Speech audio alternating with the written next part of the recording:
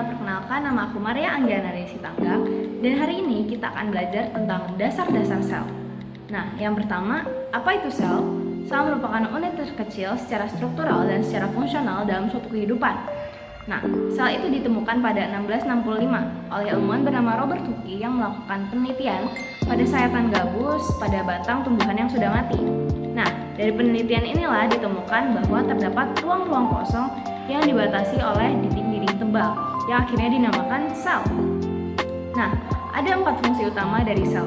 Yang pertama, metabolisme, yang kedua yaitu siklus sel, yang ketiga yaitu komunikasi sel, dan yang keempat adalah diferensiasi sel.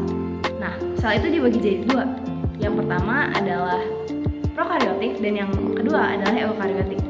Prokariotik biasanya dicirikan dengan sel yang tidak memiliki membran inti, sebagai contoh seperti bakteri dan juga archaea. Nah, sedangkan eukariotik dia dicirikan sebagai sel yang memiliki membran inti, contohnya seperti sel hewan dan juga sel tumbuhan. Nah, dari sel hewan dan sel tumbuhan inilah kita bisa tahu bahwa struktur dari sel itu memiliki beragam, yaitu bagaimana sel tumbuhan dan sel hewan itu memiliki beberapa perbedaan, tapi juga punya beberapa kesamaan.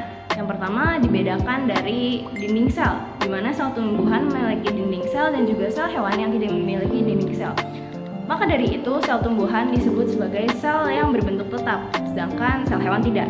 Dan juga ada 2 organel sel yang menjadi ciri dari kedua sel tumbuhan ini. Yang pertama yaitu sel tumbuhan yang dicirikan dengan kloroplas, di mana berfungsi untuk melakukan fotosintesis.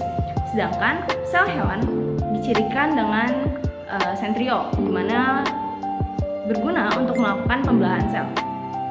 Nah, sekian dari presentasi saya hari ini. Semoga bermanfaat bagi kalian semua dan thank you. Dadah.